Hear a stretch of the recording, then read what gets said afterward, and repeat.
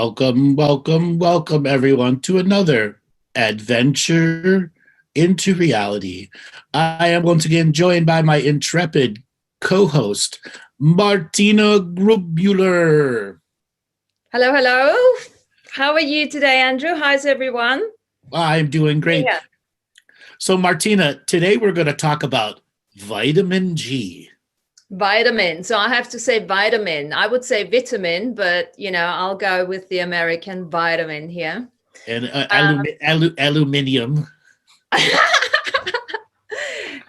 Yeah. Do you know, when you brought that subject up, I thought this is such a good idea actually to talk about this because, we talked last show, we talked about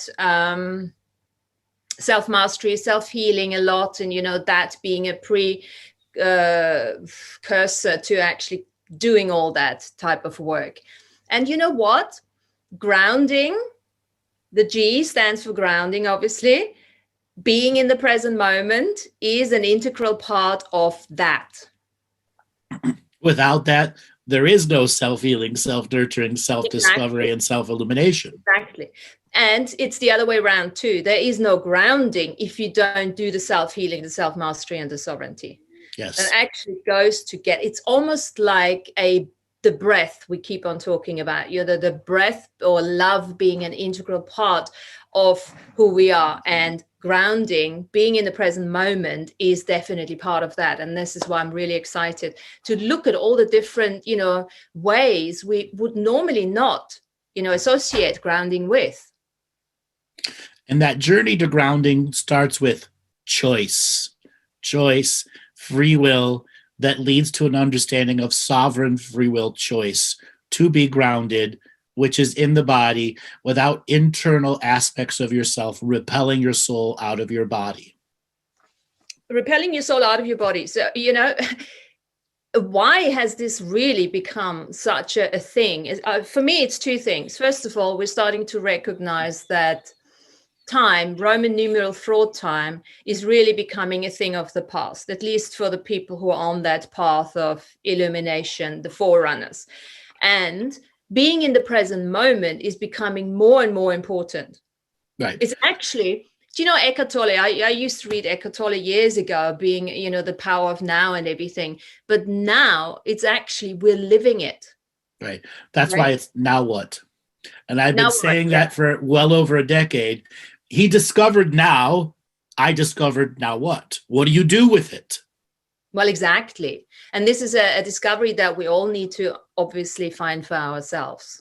We have to make that discovery ourselves. But it's part of, because so many people they say, I can't remember things anymore. I'm not that old. It's got nothing to do with age. It's actually that it's almost like a hint now. Be present here right now. Mm-hmm. So for those people, I'm going to turn up the roasting fire for a second. For those of you that are whining and complaining, I have no memory, me, because you weren't in your body to make them relevant to the future you. And accessing them, for the most part, is a very difficult process because you're still not in your body now. Yeah. So absolutely. So get over, I don't have my memories, make some new ones. Yeah. And also, I think I really like looking at this from a place of acknowledging that the past, the present, and the future is happening at the same time. It's overlapping. And the present moment is actually what keeps you anchored here in this reality. In fact, I've actually written 3,500 word document for the Earth Nouveau show tomorrow, where we're going to go into Hollow Earth connecting, and we're going to use that as a self-healing, self-mastery, self and sovereignty fortification. Mm-hmm. And it's all based on being grounded. Grounded to the point that internal aspects do not have the power to flick you out. Exactly. That would be the self-mastery. Or to elbow you out, or whatever power level. Some inner aspects can go and you're out of your body.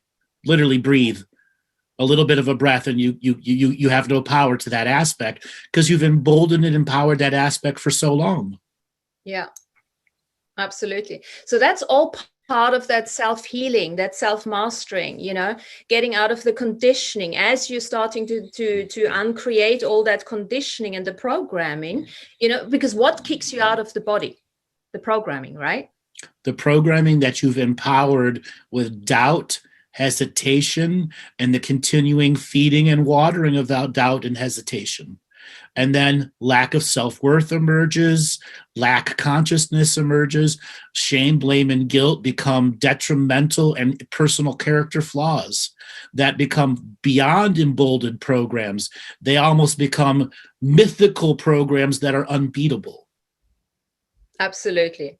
And that comes with so many different ways to look at. So, for instance, since we've just mentioned that, if you're not grounded, if you're being run by your programs, then what is it actually? You are opening your body up for parasitic influence, for entities to come in. And I use the access wording there. It's always like they always say, you got a for rent sign written all over there. I'm not there, so whoever wants to come in, come in.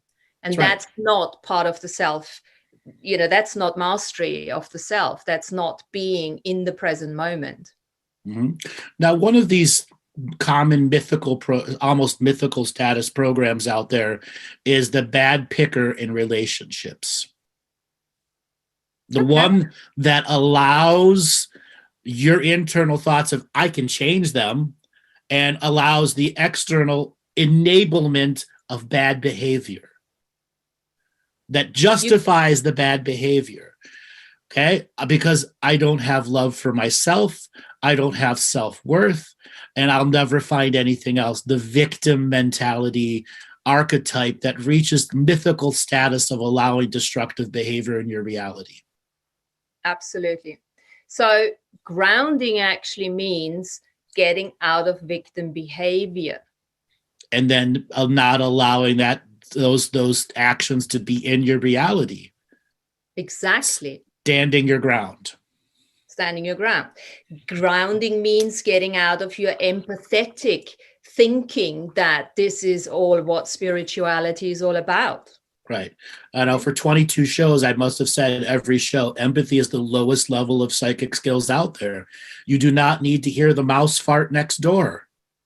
Unfortunately, so many people have latched onto empathy and made it their red badge of psychic fucking courage. And they're stuck at the lowest skills, hearing every mouse fart, overwhelming themselves, and thus getting kicked out of their body whenever the mouse farts. Yeah. Grounding is not being you, not backing yourself up, not committing to yourself, allowing others to dictate, your sense of style. I don't care what people think, it's part of that where you just gotta, this is what I'm gonna do today. This is fun for me. What is fun for you? Finding out what is fun for you is, for me, part of grounding. Mm-hmm. As well as pushing the boundaries of what is new kind of fun. Because after a while, people figure out one way to ground and they become mono grounders. And then their external world figures out how to get in around that one way of grounding. So you've just said something here, which I've been looking at too. And we have actually mentioned that a couple of times over the year, going to the edge of unknowingness, right? Because when you go to the edge of unknowingness, you have to be grounded, right? Otherwise, you're not going to even get close onto the road. Exactly. you have to be willing. Groundedness is being willing to get out of your comfort zone. And once you're out of your comfort zone, what is the challenge to be in your body? I'm not comfortable. My one skill of grounding doesn't have all the coping skills. Therefore, I must express sovereign free will and summon the capacity to stay grounded. Absolutely. And the willingness to be uncomfortable. Because you see, the thing is, change does not happen in the comfort zone. As your cat just jumps into the scene. Absolutely. And, you know, I tried to keep her out, but she is so excited to be here. So I just hope let her know she's a superstar. Let her in. Okay. So the other thing is, we run across so many hermits who've lost their social skills. That is another program that gains mythical status in people. I don't like people. I'm oversensitive to their energy. I'll never let anybody do any body work because there's always something wrong with their energy. Excuse after excuse after excuse to abandon society and go into the self, which is truly faux experiencing, not real spirituality. Yeah, absolutely. And I want to add something to that, because you were saying in the last show, I think you were saying, you know, it's almost like sometimes we're using spirituality, replacing spirituality as a partner. Yes. That's what so many people are actually on their own. They're getting out of relationships and they're going into this hermitry, cemetery and all of that. But it becomes a militancy. And the main thing, the point I'm trying to make here is that connecting to other people, being of service to other people is actually part of being grounded, because it takes you back into the body. True, solid words, everyone. Re-listen to that 1,000 times and you will get so much in-depth understanding of why you can't give up on society. Yeah. And guys, I want to just say something here. And you know who taught me that? I had an example of that the other day, which made me think of that. I wanted to mention it. My mom, she was almost on the way out. She's actually much better now, almost coming home. And while when she could talk, I had a conversation with her. She was wanting a Christmas present for me to send her for one of her grandchildren. She asked me on her bed if I had found whatever she needed. And I thought, who are you? Mm-hmm. Now, is that part of why she's come back? Because she has this capacity to care for other people? Is that what got her back into the body? Not just that, obviously, but it was one of those things that helped to tip the scale to healthiness. Is that what, not just her, obviously, but gives us often an incentive to show up for other people? But in order to show up for other people, we have to show up for ourselves, right? Yep. Because when we don't show up for ourselves, who are we showing up for? Because if we're showing up for others, we are just an actor in a play. And you're not yourself. We're depleting ourselves. And you know what? It's actually not a kindness to the receiver. Right. It is that, again, faux spirituality. Yes. It feels very uncomfortable when people try to do something for you all the time and you realize that they're actually only doing it because they want to match your signature frequency, or they want to be doing it because they don't want to do it for themselves. That's called faux pas spirituality. Yeah. They are forever making those faux pas with others when in fact they're trying to gratify themselves by trying to teach and regurgitate everything they know to everyone else who doesn't want to be regurgitated to. So validation, outside gratification is not being grounded. It's all linked together. So see, this is the other thing. Talking about grounded, right? Talking about the network. Think of root. I mean, the normal grounding that we always do in yoga and everything. You know, think of the roots going down, through the soles of your feet. You're bringing the earth energy up. The roots, you are the tree and all of that. Now think of what's it called? Mycelia. Mycelia, I've written it down. Mycelial network, of the roots of trees.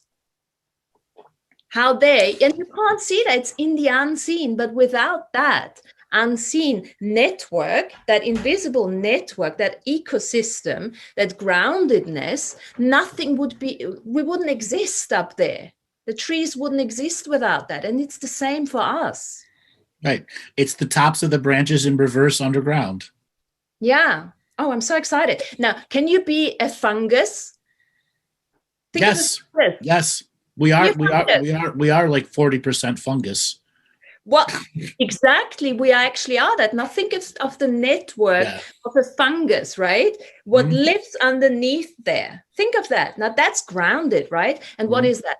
Connection to other species, because that's what they do with that connection. They are obviously creating and maintaining this entire, complex relationship between species. And isn't that what we're supposed to be doing? Yes. So somebody in the chat room asked, what are my top tips for the Galactic Historian for staying grounded when I need it? Choice. When I feel ungrounded and I extend my choice to not make a choice, I know I am already ungrounded and I'm being stubborn with the emotional state that I'm going through. To immediately make a choice to stop allowing ungroundedness, to visually and physically and psychically see why I'm choosing to be ungrounded, and then entering a grounded state. And if I'm in a work situation or I'm in a reading situation, to center myself through the long practice focus that I've used, connecting to my guides and my guardians that are here to help put a weight on my soul to stay in my body, just like this weightlifting concept. To connect to the roots that are around me, to feel the love of the people that are enjoying the material that I do, and to stop blocking out the universal source energy that's here. Absolutely. Now, we were talking about lockdown, Yep. And, how lots and lots of people are becoming more and more ungrounded in lockdown. Okay. And it's something that, I'm also perceiving, because what do? We sit on our couch, we might do spiritual work, but we're not moving necessarily enough. So it's almost like we're going into this sedentary lifestyle. There is no movement in the body. And if there's no movement in the body, you very quickly go into the head and you start thinking. And you know what? Thinking is not being grounded. And all too often, overthinking leads to a point where you can't think no more, where if you thought about this subject and that subject, stories, this and that, it doesn't give you dopamine pleasure anymore. And people get stuck trying to force a dopamine pleasure out of something that doesn't give them pleasure anymore. Yeah. And that lack of movement and that sedentary lifestyle, that not being grounded, creates chronic disease, inflammation. Yeah.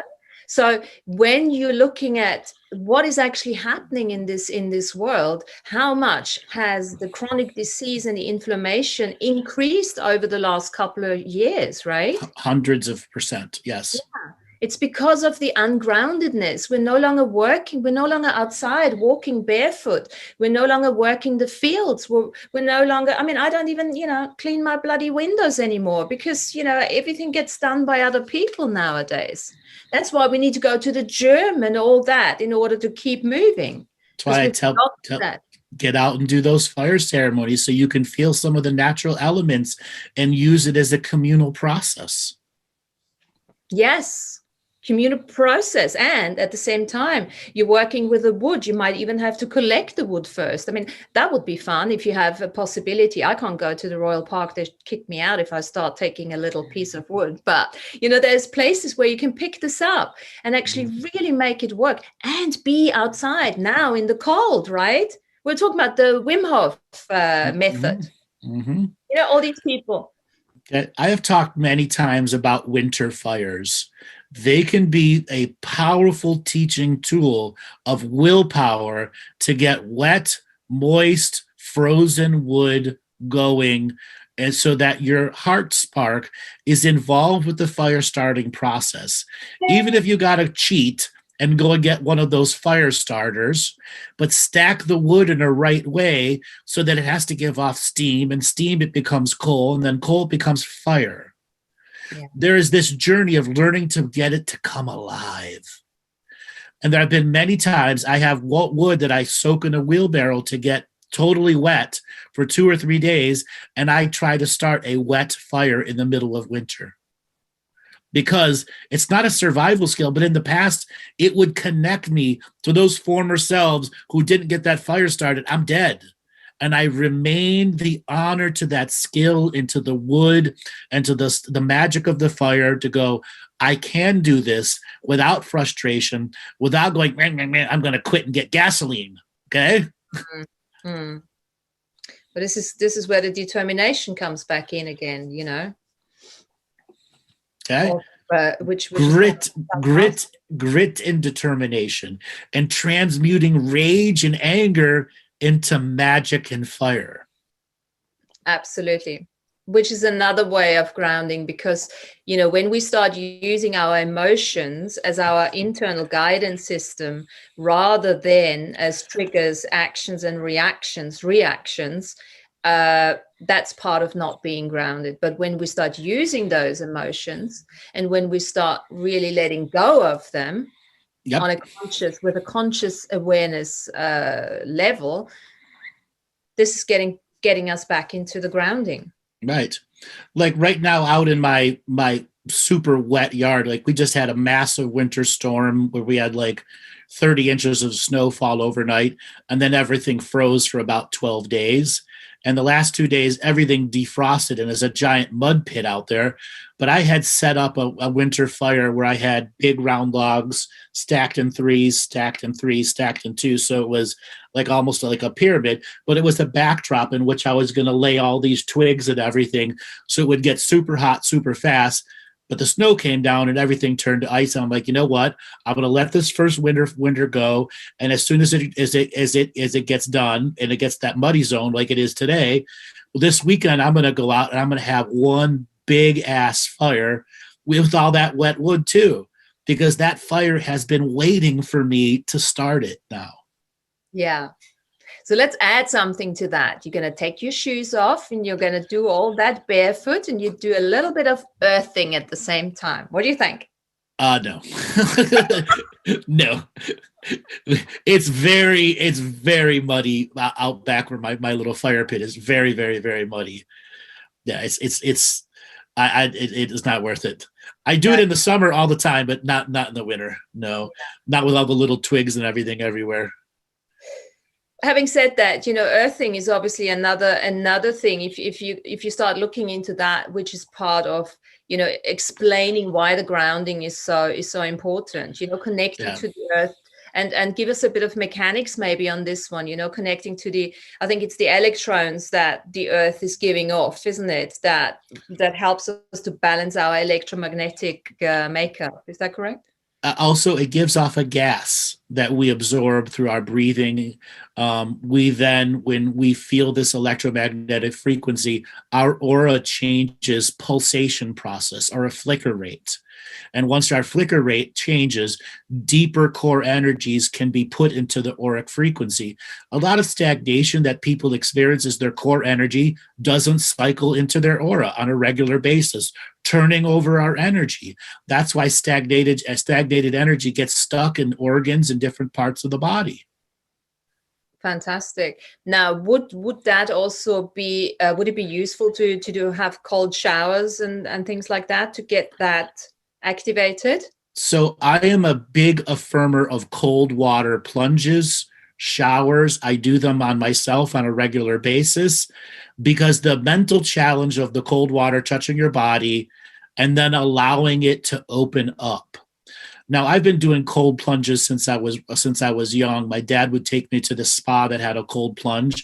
I would go from the cold plunge to the hot plunge, from the hot plunge to the cold plunge. That's really dumb looking back at it now, but I learned a lot about the cold plunge energy, to the point where regular taking like every month to at least take 1 or 2 cold showers, or at the end of the hot shower to slowly turn it down to colder and colder and colder and colder and colder until I got the and once I got that I can be grounded in my body deeper.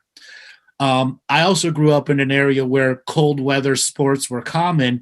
And once you learn to layer, you can stay out there all day long as you don't sweat. And you're burning thousands of calories in a day doing it just by walking. So I learned cold weather endurance, which is not that hard. It's just giving yourself the effort. But once you get into that deeper breathing cold weather state, you are in that Wim Hof state. And spiritual experiences are powerful. That's why I love having my winter fires, because the front of you is cooked, the back of you is frozen. Okay. Okay. And you're constantly doing this dance of defrosting your ass. Okay. Defrost, yeah, exactly. Okay. And then I got smart and I learned how to build a heat shield, so that the heat would come towards me, hit the heat shield behind me, and warm up my back. But after a while, when the fire gets really hot, you're cooking and you've got to go away from the heat shield. So either way, you're up and moving all the time. Yeah.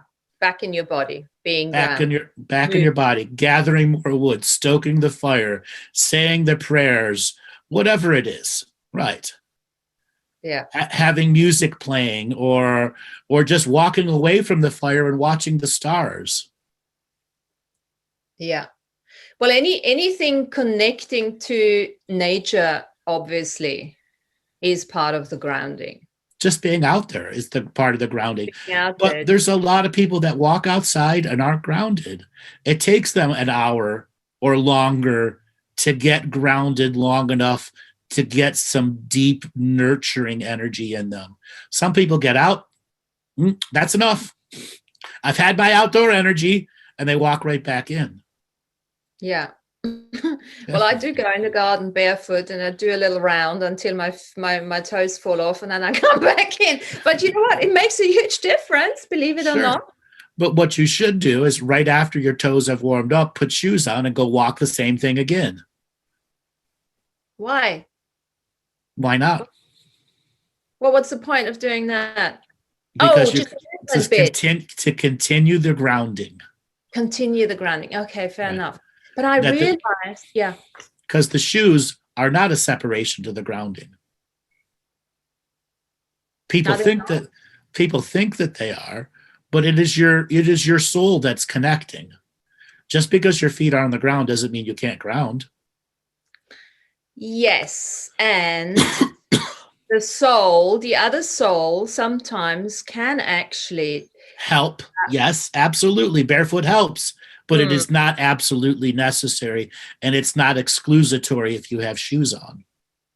No, it's because, look, it's all belief engine at the end of the day. Mm-hmm. But having said that, obviously the plastic soles and everything is not useful. And nowadays, people actually feel completely inadequate when they walk around without shoes. And that's not a good thing anymore, So where I grow up, we have these trees called Washington hawthorns. And if you don't know what they are, you should look them up. They have needles on them that are like that long. Mm-hmm. Okay. And we have things that fall out of the trees all the time because the squirrels here pick the trees clean. So it's very difficult to walk barefoot without a stick poking through the side of your foot if you don't regularly clean up your lawn. Acupuncture. Yes. Foot acupuncture. and it is painful. So I get my mystical, magical plastic Crocs. Fantastic. Okay, they're thin. Let me tell you, the only thing worse is stepping on Legos at the middle of the night. Yeah. I mean, look, with everything, the belief engine obviously makes a huge difference, but if it's fun for you to look at it from that perspective, and if it's fun for you to go barefoot, and you've done it, years ago as a child, and now you forgot about it, then you might want to introduce it back. Like if I freshly just mowed the lawn, and I know there's no super twigs and shit hidden, I walk barefoot all the time. But I've also learned over the years that I will impale my foot. Okay, if I walk in a certain direction to a certain tree, no doubt it will happen.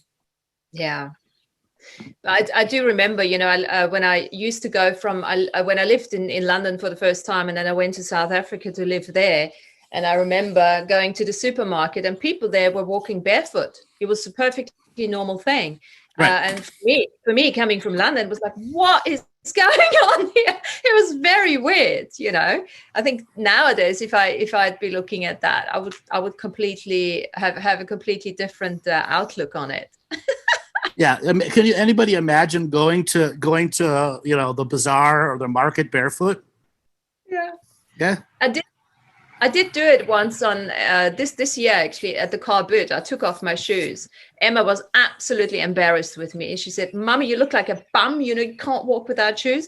But I had so many people make comments. She said, "Oh, are you earthing?" And, "Oh, this is so healthy." And, some people looked and some not. But you got to be a little, have some fun with people too. Yeah, because if you don't have that fun, it's a different thing if you're in the middle of the city. With no shoes on or in the park or whatever, because people are judgmental. They really are judgmental. Okay? And then I remember you often said that, our entire body is an antenna, Yes, and yes. The fibia, the tibia, isn't it? Going down. Mm-hmm. You want to say something? The tibia and fibia are like a tuning fork in reverse that sends energy up our body. And the feet are the strikers to that add different levels of frequency and vibration to us. Mm-hmm. Okay. Mm-hmm.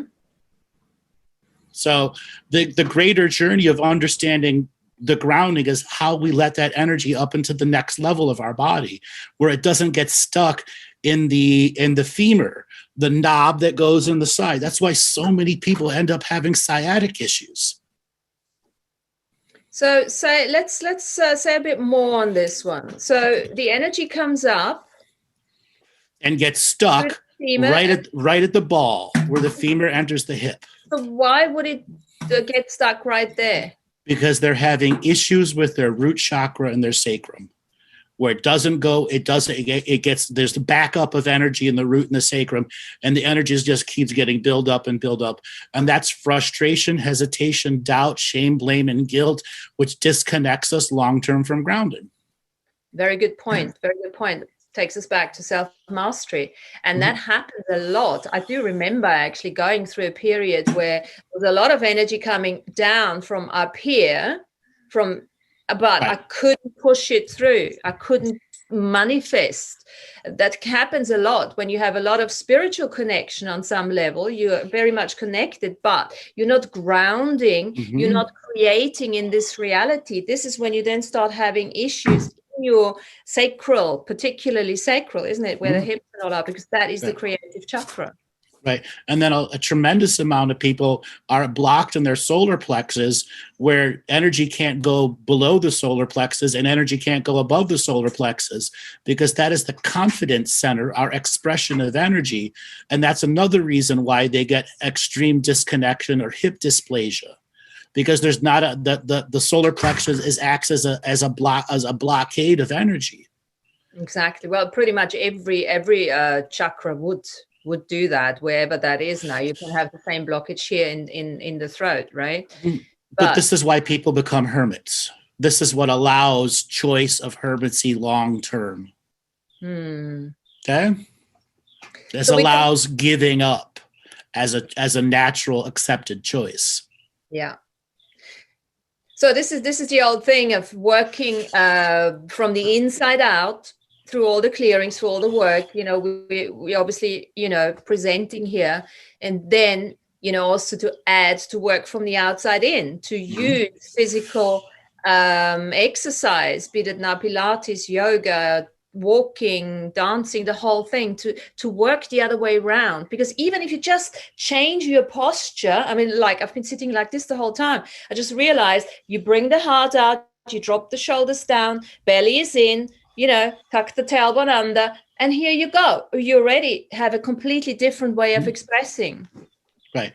And right there, posture is what is determining long-term choice. All too often when I hear a person, I actually hear their body posture. I don't physically need to see it. And when I'm doing sessions that we're able to do video, I'm very attentive of body positioning. So here's a tip for anyone that's has accepted that they're a hermit, go and buy a posture adjusting device. It fits over your shoulders and there's a little strap that forces your cervical spine and your thoracic in and doesn't allow you to hump back out. You will actually see an absolute emotional change in yourself. Yeah. And always think of like, bring the heart forward. You want to have the heart forward and draw the shoulders down. So a good way of doing that is you take the arms out, interlace them in the back, and then draw them down the tailbone and squeeze those shoulder blades together. You want the shoulder blades, squeeze them in the back of the heart. So you're opening up. And you know what? You get taller. Like whoosh, all of a sudden. That's exactly what these posture control devices do. Okay, they're $20. Okay, this is to everyone out there that's accepted their hermit. Go buy one for Christmas for yourself and learn to use it, and you will help yourself mechanically change what's going on with you. Yeah. And if you don't want to do that, then just do the exercises. You know, there's so much out there. You don't have to become a yoga teacher or anything like that. Just very simple stuff. Let's ask, why do a lot of people have an issue with beginning their exercise regimens, even if they're not overweight? Okay. Because they're getting their dopamine releases from something else, and there's some addiction factor going on to the other form of dopamine release. And everyone knows exercise creates natural dopamine releases, whether you're educated about it or not. Okay? A good walk always helps someone. Okay? Yeah. And for those people that say exercise sucks, that's a phobia. That's a fear. Yes. Okay? And also, let me add something here. It might be also a misidentification of what pain actually is. Because, you know, when you get used to this sedentary lifestyle, and you're going to get out there and you start exercising again, you're going to start feeling your muscles. You're going to have, you know, all of a sudden you can feel, oh my God, there's something going on. That doesn't mean that there's something wrong with your body. It's almost like your body saying, yes, let's get back into this. That's right. And getting back into it is a choice to deny it, which a lot of people use that choice to stop, where you got to use the choice to accept. Or get a dog. Yeah, that's a good. Get a dog, yeah. Again, that takes us back to connectivity, working in service, which becomes the service to yourself. Absolutely. Yeah, I mean, cats, waste of time. Don't get a cat for that. Yeah, they just make you lie with them. You need a dog for that. Yeah. Mm-hmm. So, Martina, we have just gone 40 minutes straight on grounding. What else do we need to tell them about grounding? Well, there's one more thing I want to actually say, because I had that thought before we say this next thing, which I have no idea as to what he's talking about, obviously, but I was thinking about COVID. Okay, what about it? We're talking about COVID as a karmic retribution virus, right? Now, when we talk about grounding, when we talk about self-healing, self-mastery, sovereignty, there is your connection. How can you work and make sure that you gain immunity from COVID, or heal COVID if you wish? You work on yourself, you work on your mastery, you work on all of that. There's your connection, right? Right. It's so easy. It's right in front of you. That is why COVID is here, to give humanity the pause and the lockdown to work on themselves. Ponder that. The universe has given you a gift that keeps on giving. Yes, life may be tough, but life is not impossible. It just takes choice, confidence, a little bit of faith, a little bit of courage, and none of that is mystical. And then we got to add the healing of the versions of yourself that are not necessarily on this graduation timeline, because that's really part of it. So all the shards, pods, avatars, the forgotten ones, and all of that, that is part of the self-healing, self-mastery of the grounding. How can you ground those? And say something on this, actually, because when I say ground into this biology, it's not that we're going to bring it all in, but we create that connection, right? that remote connection. And that can only happen when we are in the body here right now, grounded. Otherwise, we cannot create that connection to all those different parts. In those connections to those pieces and parts is the journey of self-mastery. If you don't begin the journey, you won't have a greater understanding of why those parts are there. And some parts have dozens of reasons why they're there. And you may only know 3 or 4 reasons until you've done enough self-mastery to reason they connect and interconnect to many other subject matters that require your observation and disattachment to. Yeah. So, Martina, why don't we ask people to go ahead and raise their hand, things and successes that they've had, or information about grounding? All right, Robert, spin up the wheel of callers and see who is first. Christopher 3, getting a signal to unmute. Christopher 3, are you there? Hi there. Yes, I am here. Thank you for accepting my hand being raised. Hope you're liking my smoky head countenance today. Yes, as opposed to the cat on the unicorn with the gun. Yeah, I'm trying to change it up here and there. So about grounding, I think that maybe I just want to make a statement about grounding, if I may, that I prefer grounding when it also has a little bit of the wooden spoon or standing in the corner, being grounded. Uh-huh. Oh. Yeah, I get that part. Sometimes that's not a joke. Sometimes that is what people have to do to their aggressive inner selves. You got to ground them and pull the wooden spoon out and say, "Go in the corner.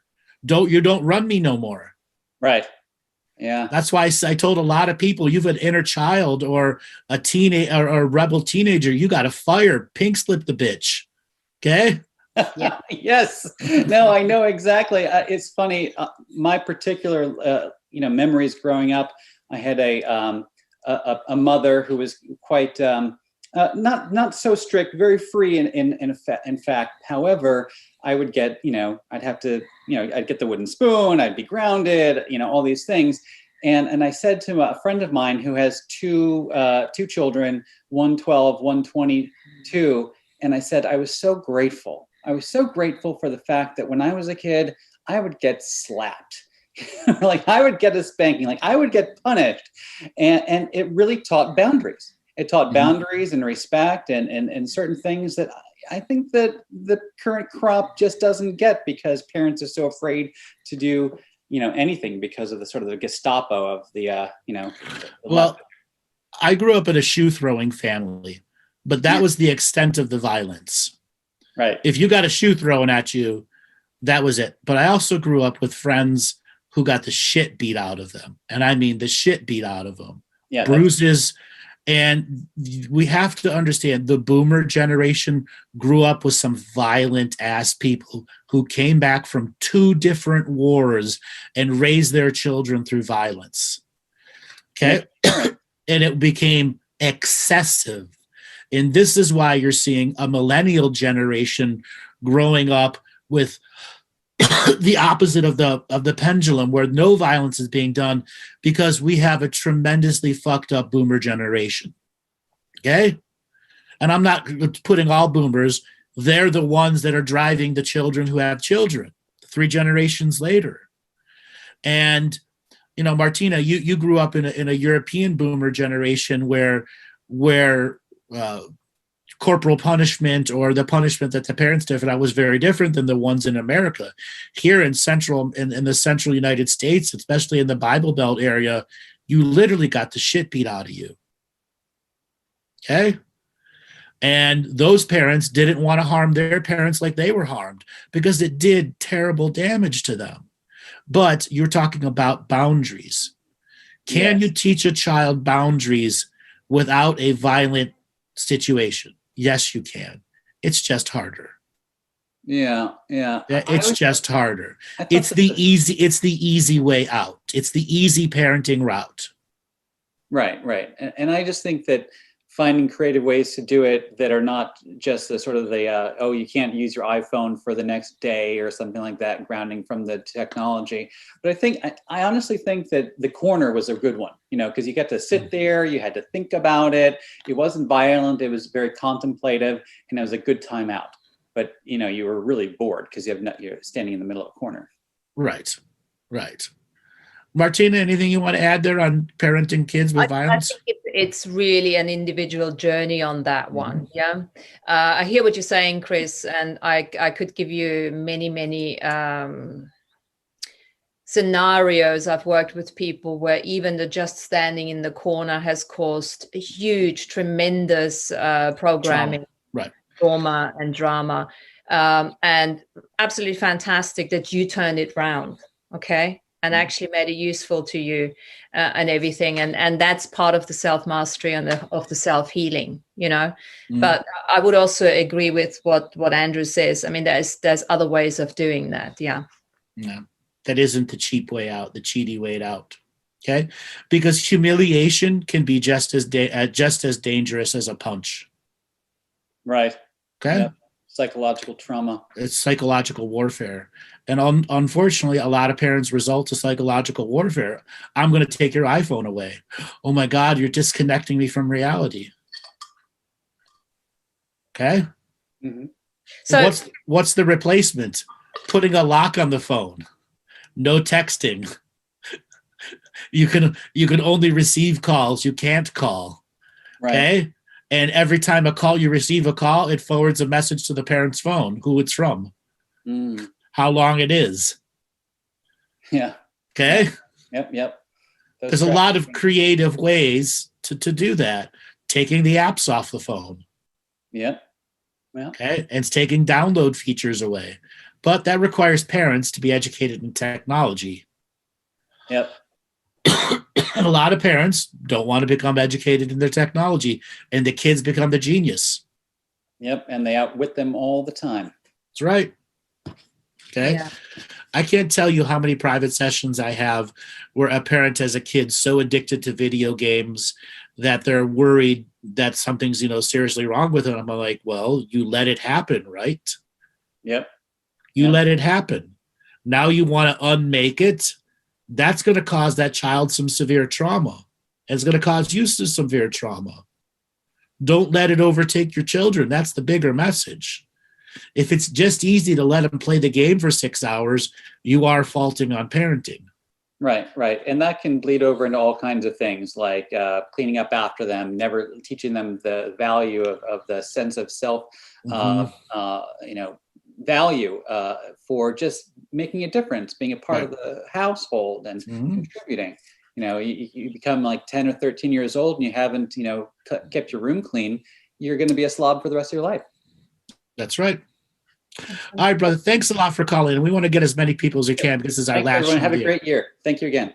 All right. Take it easy. All right, Robert, let's spin up the wheel of callers and see who is next.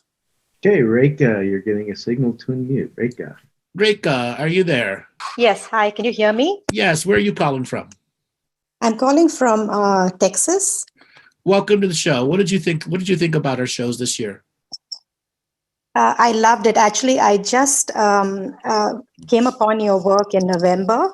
I saw your name mentioned on another show on YouTube. And it's phenomenal what you do. So thank you very much for who you are. And I'm so glad to be here at the same time you are on this planet. Wonderful. This is amazing. I have learned so much, Andrew. I mean, this is amazing. I think I joined the show when you were talking about journaling and about the hermits and things. And I totally identified with this because as a mom, I think I have hermitized myself, over the years. And used to be very out there earlier. But now I'm thinking of going back out there and creating a community. I just am not sure whether I'm ready for it, but I think that would be my grounding. So I'm trying to take some of what you have said and try to, can you tell me whether I'm ready for it? I'm not really sure if I'm ready. I'm kind of nervous about this. You're ready. I am? Yes. Okay. You just don't believe you're ready. and you're looking for an external validation if you're ready or not. You're ready. Right. Now you have to internalize the validation so external sources don't mean anything more than your internal sources. Right. Yeah, I mean, I was looking for the right time. My kids are at the right age now, and it's just, I've been putting this off for so long, and Well, I'm committed. there's a saying my mom has: tomorrow never comes. Right. Yes, my Tomorrow is not a day on the calendar. The Correct. right time is now. Yes, absolutely. So I'm just going to surge forward with this. And I have really been enjoying this year, I have to say. I also regard this whole time as a blessing. And I have gone deeper into my meditative practices. And also, all your evocations are phenomenal. And I had a shift when I read that dark energy thing. Immediately, I felt the energies. And it was very funny, the whole thing. But I mean, it's amazing, really. So grounding. The other thing I wanted to ask you was, I mean, I do this sun gazing all the time, almost every day. It's like my meditation. I'm very close to the sun. It's always calling to me. I feel that energy. And sometimes when I'm busy, it just peeps through my window at the right angle. We're very, very fortunate to have the sunset, from my house every evening. Mhm. Make sure to get all that sunlight. And it's beautiful the way the sun even came into my life. I used to, I've always loved the sun. I don't know what connection I have with the sun, but I think I have a connection with fire and the sun. So you were talking about that today, and I totally, I can feel it.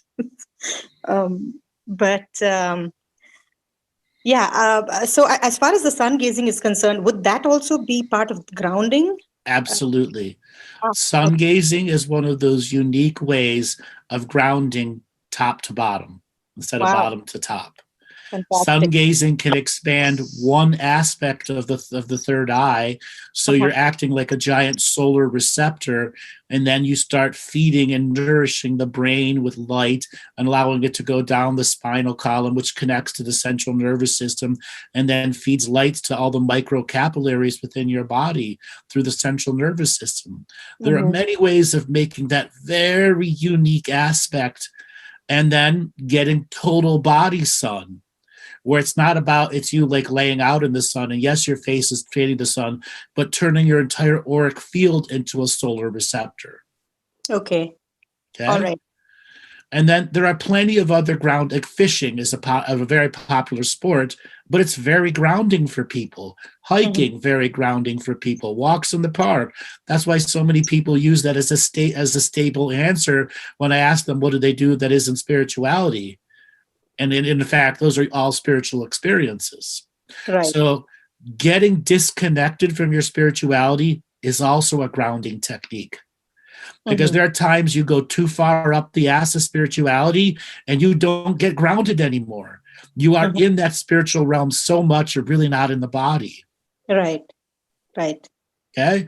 So learning to disconnect from spirituality and just going out and having raw human fun. Enjoying the environment that you're in, connecting with people, telling stories, seeing movies, telling jokes, getting people to make you laugh, having a couple drinks, letting your hair come down. Okay? Yeah. Getting that serious stick out of your ass. Okay? That's grounding too. Grounding has an infinite amount of ways to be experienced. And we're here on the journey of discovering the infinite ways of learning groundedness. Yeah. All right, darling. Thanks a lot for calling in. Thank you so much. All right, Robert, let's spin up the wheel of callers and see who is next. Don't forget about the divine pine. Why don't you tell them about that, Robert? The divine pine is another alternative to serious stick up the ass. Meeting people who live in a spiritual community and have sort of a stick on their not a stick on their shoulder. They have a divine pine up their butt. Basically. Yes, a pine cone up there, a divine pine cone up their ass. When I was living in Mount Shasta, I met many people like that. Yeah, they're so authoritarian spirituality. I've been here since 1970. I know more about this place than you will. Okay, that's the divine pine. Divine pine. Alrighty, sending a signal to Jennifer's iPhone to unmute.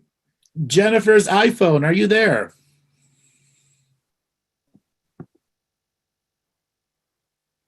Going once. Hello? Hi, where are you calling from? Hi, I'm calling from Riverside, California. Riverside, California. Welcome to the show. Thank you. Thank you. I'm surprised I'm in here. How long have you been listening to us for? I've been listening to you for actually a few years. I want to say about 3 years. Been trying to, I don't know, I'm all kinds of fucked up. So I'm trying to get my shit together. I've been trying to do the readings, the revocations and stuff like that. They are helpful, but you know, I'm in a really dark place. I'm trying to get out of it. Okay. Mm-hmm. We got some talking in your background. Oh, sorry. My kid's in school right now. Okay. Let me get out of here. Okay. So learning to ground, very important for you if you're in a fucked up situation. You can ground your way through it. Okay. Yeah, okay. I've been trying to do that, you know. I really, really have a hard time staying in my body. I know it and I feel it. So I guess I can just work on that. Is there anything else I should be doing? Your issue is effort. Really? Okay. Your issue is effort. Have you heard me talk about what effort really is? C plus effort is 15 minutes a day, 5 days a week. B plus effort is 30 minutes a day, 5 days a week. A plus effort is 90 minutes a day, 6 days a week, with a variety of techniques. Not one single technique you practice over and over and over again. Yeah. My bet is maybe once or twice a month you try. You don't actually do, though. And until you get past trying and get into the excess of doing, you're rotten to really practicing. Okay. Okay? All righty. So you've got to have schedule magic, discipline, time to separate yourself from the family and the children because you're not giving yourself that. And you're wondering why you're not succeeding, why you're not grounded, because you're not actually doing. Okay. Okay? And there is no blame, shame, or guilt here. It's either you do or you don't, with no shame, blame, or guilt added to it. Okay. True. So what I'm hearing a lot of things like around me constantly. Is this my shadow or is this? It's your ungroundedness creating noise that's distracting you from grounding. Okay. Martina, do you want to add anything there? I've got a question. Yeah, so a good question you could ask on a daily basis is like who or what are you actually allowing to distract you from you? Good question. And it's not necessarily something you need to answer right away, but you've just said it. There's a lot of distraction. So who or what are you actually giving more attention to than yourself? Oh, everything. Yeah. Everything. Okay, that makes sense. So what if you could just stop that? Or at least bit by bit, acknowledge that. Okay. And then as you let go of all those distractions, eventually you will have the time, you will get back into your body and actually start working with yourself. Because to be honest, that is truly honoring you and your body. And if you don't start doing that, you will not be able probably to honor anyone else. Okay, that's true. Very true. Okay. Well, ask you a question. Who or what am I allowing to distract me from me? And then see what happens. I think more like painful situations. My past is coming up a lot. I'm trying to do, shadow work constantly. You're overdoing shadow work, and it's working against you. First thing first, if you are not on an everyday practice thing, you should not be doing shadow work. Shadow work is not for beginners, and it's not for intermediate people. It is only for the advanced people. Period. Okay. All too many people jump into spirituality, and I'm doing shadow work, and their shadow runs them like a bitch. And that's what's doing it right now. Okay? Definitely. Your shadow, you are your shadow's bitch. Damn. Okay? Right. It just puts the powder on and slaps you around whenever it wants to. Take your power back. Yeah. Ground yourself. That's the best way to take the power back from the shadow. Basics. Practice the basics. Okay. And this goes for everyone out there that says shadow work. Fuck shadow work. You don't know what you're doing. Your shadow is so experienced on fucking you up, you have no idea. Could you be more specific, please? There's too much. There's too much going on. Okay. All right. Well, thank you so much. I You're appreciate welcome. it. Have a great day. Thanks a lot for calling in. Bye. Bye. Goodbye, right, everybody. Robert. Thank Goodbye. you. All right, Robert, let's spin up the wheel of callers and see who's next. Okay, Gregor getting a signal to unmute. Yes, baby. Gregor, are you there? Yes, Papa. Hello. Take a break. Can you hear me? Yes, where are you calling from? From northern Norway, from the Arctic. From the Northern Norway Arctic. Welcome to the show. Thank you. Well, I wanted to say a big thank you to all of you. It has been fantastic. Such an inspiring show. And I just also finished the Living the Mystical Life Daily class from you. And Wonderful. I did 2 powerful fire ceremonies yesterday and the day before yesterday. And that was so fantastic. So a big thank you. Well, wonderful. And what have you learned from that class? Well, going through all those revocations, integrating them on a daily basis. So doing the advanced heart meditation, but also like yesterday at the fire ceremony, I did the Mandela effect revocation. And the day before the carrot and stick revocation. Mm-hmm. So how did those help you? I became so happy. I got so much joy out of it. Such an incredible joy. And this is always for me a sign that that I'm on the right path, the joy. Wonderful. Did you have anything you wanted to share about grounding? Well, I like to go on my walks and be out in nature. So this is a great experience. You mentioned the thing of walking barefoot. I just discovered a few weeks ago the barefoot shoes, which have a very thin sole. So it's just a 2 millimeter sole. So it's something like in between of a shoe and walking barefoot. And you can still feel all the pebbles when you walk over a sand or small stones, or you can feel the wood when you walk in the forest. So that's a good way of also walking, for instance, in winter when you don't want to walk barefoot. Well, I'll have to take a look at those. Yeah, there are several ones.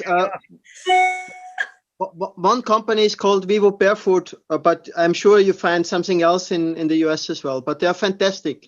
And you have to get used a little bit in the beginning. And the great thing, what it also, it changes the way how you walk, because before I used to walk a lot stepping onto my heel. And then with the barefoot shoes, you can't do that. You have to rather step on your forefoot. So, and you don't start to walk that hard. You walk soft on the ground as well. So it's a different way of connecting to the planet as well, which is beautiful. Wonderful, wonderful. And it's like a reflexology, isn't it? You've got all the reflexology points on your soles, on the soles of the feet. So that's cool too. This is fantastic. Yes, that's true. It energizes the entire body. Yeah, sounds good. Thanks for sharing that. Well, I just wanted to say thank you to all of you. It has been so fantastic. I've been listening to your shows for half a year, and you really helped me a lot. Very inspiring. And I wish you all the best. Bless you all, and lots of love from the Arctic, which is interesting because now I'm living in the darkness. 7 weeks without sun. Wow. Get out and have some more fires. Yes, I will do. On the 21st, I will do a big fire and I will connect with you, Andrew. Wonderful. Thanks a lot for calling in. Thank you. Bye-bye. Right. Thank you. All right, Robert, let's spin up the wheel of callers and see who's going to be our last caller. Okay, Colise, you're getting a signal to unmute. Colise, are you there? Well, hi. Hi. Very lovely to hear. Unexpected. Yes. Where are you calling from? I'm calling from Maryland, USA. Maryland, USA. Welcome to the show. What did you want to talk about? I guess first I just wanted to say thank you so much. Both of you, I've been watching your show now for a few months, and man, every single person that calls in, every call, every communication, every story you dole out, I'm just learning so much. And I got to tell you, the effect, I've done revocations. I've not gotten my spiritual hygiene up. You know, that's a whole new word and concept to me, spiritual hygiene, of course. But it feels so empowering and calming at the same time. Like my nervous system went from just constant PTS reactionary to life and just like, oh my God, I don't even know where to go with this life anymore because I'm just emotional reaction, flashback, you know? And now it's like, I'm not scared. I have answers. Things make sense. People all over the planet are hermiting the same way I am. People all over the place are feeling the same overwhelm from too much information and misinformation and you know, and trying to find that level of discernment. It's too much. There's too much to discern through. And just watching you, and like seriously, I cut out mainstream media the entire year and have just tuned into you and a few other sources that have spoken the truth and resonate truth. And I haven't felt the same kind of craziness, fear that everybody around me seems to be in, you know, and I don't feel like I need to preach them because you've taught me that, you know, this is my journey and work on my journey, and where they're at is where they're at. So it just, I mean, it's all wonderful. I just want to say thank you. Thank you so much. You're welcome. Having to teach about the regurgitating teachers out there was a very difficult subject matter to broach because so many people have like empathy, have an iron badge of courage. I'm a teacher on my Facebook page. I'm going to regurgitate everything I know, but not actually ever process it.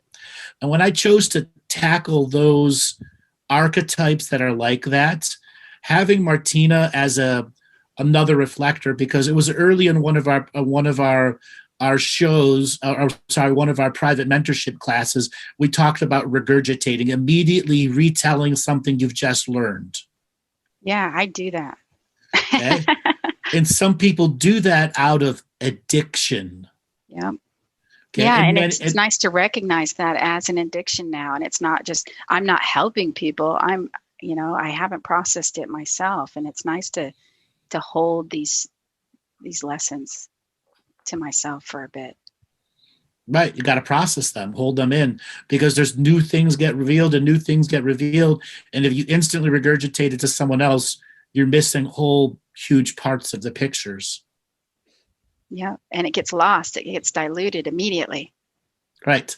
And therefore, you're not really a teacher. You're just a regurgitator. It's exactly right. Okay. Martina, do you have anything you want to add? No, unless you don't have any other questions. I do have one other question. So I picked up the books that you're recommending, and I appreciate that. And in my place where I'm at right now, you know, finding myself and healing parts of me that haven't been able to do things like write and read that seem so simple and fundamental, but just, I don't know, there were blocks there. And so I really appreciate the book recommendation, because I'm really, I finally finished a book this year for the first time in a couple of years, and I was really proud of myself. And now I have a new one to move on to, even though I have a library full of hundreds of books that just are collecting dust. It's a long story, but I wanted to ask you, you bring up the revocations and how much more powerful it can be to do those with the fire ceremony. And I'm not really sure on how to do a fire ceremony. Like, I live in a small place and I do have a backyard that I can probably set up, like my grill or something. Like I can do something with fire, but I'm not really sure what that entails, doing a fire ceremony. Martina, you want to grapple that one first? Yeah, I'll kick it off. Just like somebody said in the chat here, just make a fire and get started. Make a fire, and then just like you would be talking to us now, start talking to the fire. And as you look into the flames, see if you can see what type of forms the fire makes. Is there something talking to you? And then use the revocation by all means and read them to the fire. And of course, the big teaching Andrew always talks about is talking to the fire, taking your story and telling your story to the fire, which is, that by itself is already a couple of hours, and make it sacred, make it ceremonial, take the time out. You don't have any distractions around it. You might want a sage around it. You might want to, just bring any symbolic little things that are important to you and put them around the fire and create a really sacred space where you can start communicating with the fire. Okay. And then you take it a step further, where the preparation for the fire is just as important as the fire itself. The prayers that go, let's say you can only do one every 2 weeks or once a month, but finding an hour each week to put a prayer in the space, okay? To give prayer over the wood, to give prayer for yourself, to be prepared for the next fire that's coming. Those are just as important, because you're beginning to access your multidimensional intentionality. I like that. And then when you are at the fire and you're knowing you're reaching the end, how to close it properly so that when you come back, there is a window that opens that feeds you from the last fire. An invitation to reignite it. And once you get those basics down and you've learned how to pray in front of the fire, share your story in front of the fire, truly be your authentic self, seeing that fire as a friend you've had your whole life and you can tell anything that you want to them and you know you'd never be betrayed, then you get to journey, where you could use that fire just like staring into the clouds, taking you through realms of imagination. I love that. Okay. You mentioned how to close properly, though, and it sounds like that's pretty important. It's an honoring of what you just went through. A recap. What did I just do? Those are my inspiring words to close the portal to this fire so that when I go to reopen it, that recap refills me. Nice. Okay? That's that invitation for your own love to come through. Okay? I like to save some coals from the fire, from the last fire, and then I use them to bring in. Do you have to? No, everyone has their own little way of doing it. Okay? And then there are other things. Cooking in front of the fire, just as important as prayers. Okay? Setting aside a pot or a pan that you can cook on the fire with, so that at the end of your little fire ceremony, the meal that you're eating has all of that energy in it, and you're then consuming it internally. That's such a great idea. You could easily get a small pot and baked beans, a soup, so many easy fire recipes. And then you can also share it out, right, to the four corners in your, if you said you had a little garden there, share whatever you have created, whatever you have cooked out with the other sentient beings. That's sharing ancestral wisdom. When you've taken this alchemy of creation and share it with the area that's around you, you are giving energy in a pay it forward space. Right. Okay. Does it seem that hard now?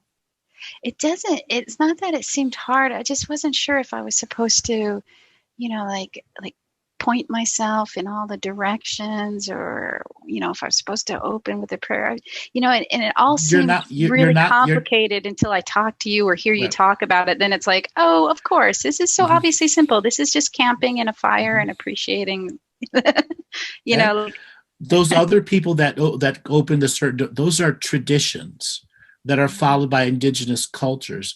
And if you're not a part of that indigenous culture, you won't understand why they do it that way. Right. What we're teaching is your individual relation to the fire, something that many of the individuals' cultures learn at a young age. And when they become part of group ceremonies, the structure that they use is different.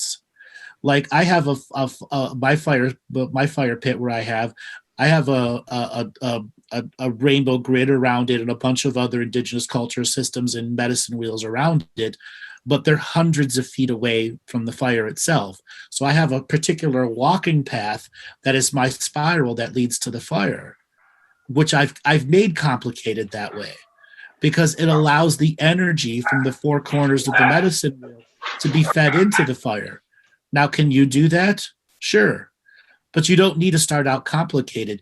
You can just get some yarn or string and a couple sticks and make a 10, 20 feet of yarn in all four directions, and you have a big cross.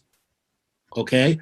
That yarn itself is your mental guide that energy is being attracted from those different areas into that fire, and energy from that fire is going out, which then gives you this mental bubble of space, sacred fire space to work within. Because all too often people are compressed, and when they get close to that fire, they warm up and they expand, and then they want to expand beyond their bubble because people are looking and watching. And when you have that string, it helps you go through that. I'm allowing myself to go 20, 30, 40 feet away. Okay? Yeah. And then you want to experiment with having two fires. Okay? Really? Absolutely. If you've got the space, right, 2, 3, 4, and even 5 fires. Yes, it's a lot of wood. It's a lot of maintenance, but you will burn up some tremendous negative energies and have some very powerful visions. Okay? Learning to make a fire that's not a big stack, but a long line. Learning to make a fire that's a ring, and you're inside the ring.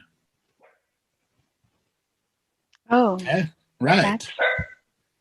It requires something. Skill. It requires skill of how to make a fire work that way and to not get smoked out. Yeah. Okay? Right. Green wood. Don't do right. it. Don't do it. And don't do mossy, moldy wood. Okay. Okay. Yeah. And then learning, like I said, learning to do specialized fire shapes. Huge difference in your energy that you can do. That's really interesting. It's like these things it never even occurred to me to try these things, and yet they're so transformative and powerful. Well, give it a try. Yeah. Like I said, it's not that hard. You can go and get a little mini fire pit at Walmart, or you can just put it straight in the ground with some bricks and rocks. Yeah, and speaking of random things that are simple that seem hard, when you're talking about grounding, when I'm walking around my house and it's hardwood floor and I'm barefoot, am I grounding? I'm grounding, aren't I? Martina, what do you think? Well, first of all, are you? What do you know? Well, I know that it's hard for me to be grounded. Like a lot of the callers who call in, I sense that I am very rarely present here in this body, and that I feel this urge to not be present, So that's really the task in this lifetime, is to, okay, all right, yeah, this discomfort and uncomfortableness, I have to have a different perspective on it, so it's not that perspective. As we said earlier on, at the end of the day, it all depends on your belief engine. I personally would say yes, absolutely, because I am grounding. I've got oak floors, so as I walk on, but it's an intention and an attention. Right. As I walk, I connect with my feet to the water. It's almost like I talk to the wood. Not that I do this all the time, but because of this, it's an intention. As soon as you have the intention to do that, you're doing it. Yeah, even how you walk, like the other caller had said that he noticed when he wears, the other shoes that he walks differently and you're much quieter and calmer. And I noticed that too without shoes on. My walk is different. There's mindfulness in eating and there's mindfulness in walking and talking and in anything. That's right. Yeah, and speaking of, I just learned like the whole light worker thing. That's something I just kind of learned about earlier this year or last year-ish time frame. And you've kind of ruined me for that because this light worker word salad and things like that, and the advice I'd gotten that was really flimsy, but it was like, oh, wow, okay, I guess I should do that. But it was flimsy, like set up this altar and then, and set it up, to repair your relationship with your mother. And I actually caused more damage by setting up this altar that I never looked at again, and so I appreciate that you're helping me navigate that whole area. And I want you to know that it's kind of funny now to look at these things with a different perspective and view. So now that we've broken you on a light worker, what are you now? Well, I never claimed to be a light worker. I thought it was an interesting path. And I thought, well, maybe that's where I'm supposed to go. And I started out this year, like kind of, like trailing behind a group of light workers. And now it's like, oh, okay, well, it sort of feels like we're all light workers and some people just have bits and pieces and they're just kind of regurgitating the information. It's diluted and it's not quite accurate. And so it's really about finding some truthful sources of information. Wonderful.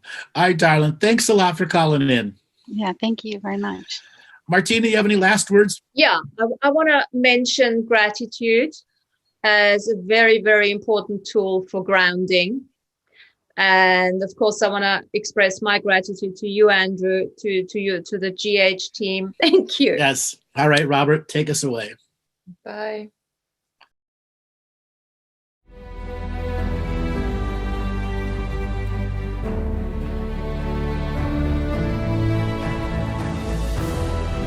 Each different bubble of reality is true. A galactic historian is a person that looks at all the lines of dramatic karma. Nudge, nudge, it's the Holy Grail. Improvise. Mysterious. It's counter psychic intelligence. Why is DNA farming of this star cluster so important? Because we do manifest our reality. We do create our reality.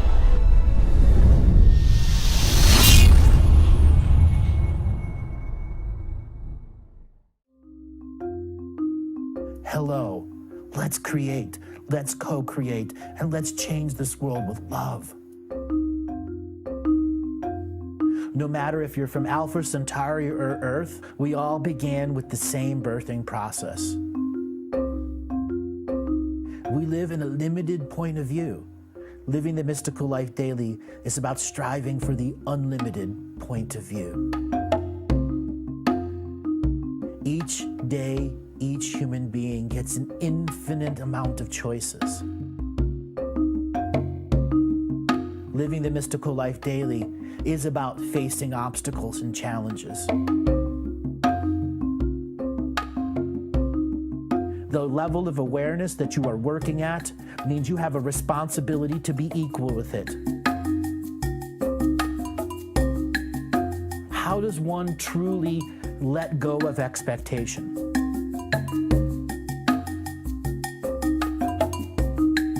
You can make the moment that you wake up to the moment you go to sleep sacred.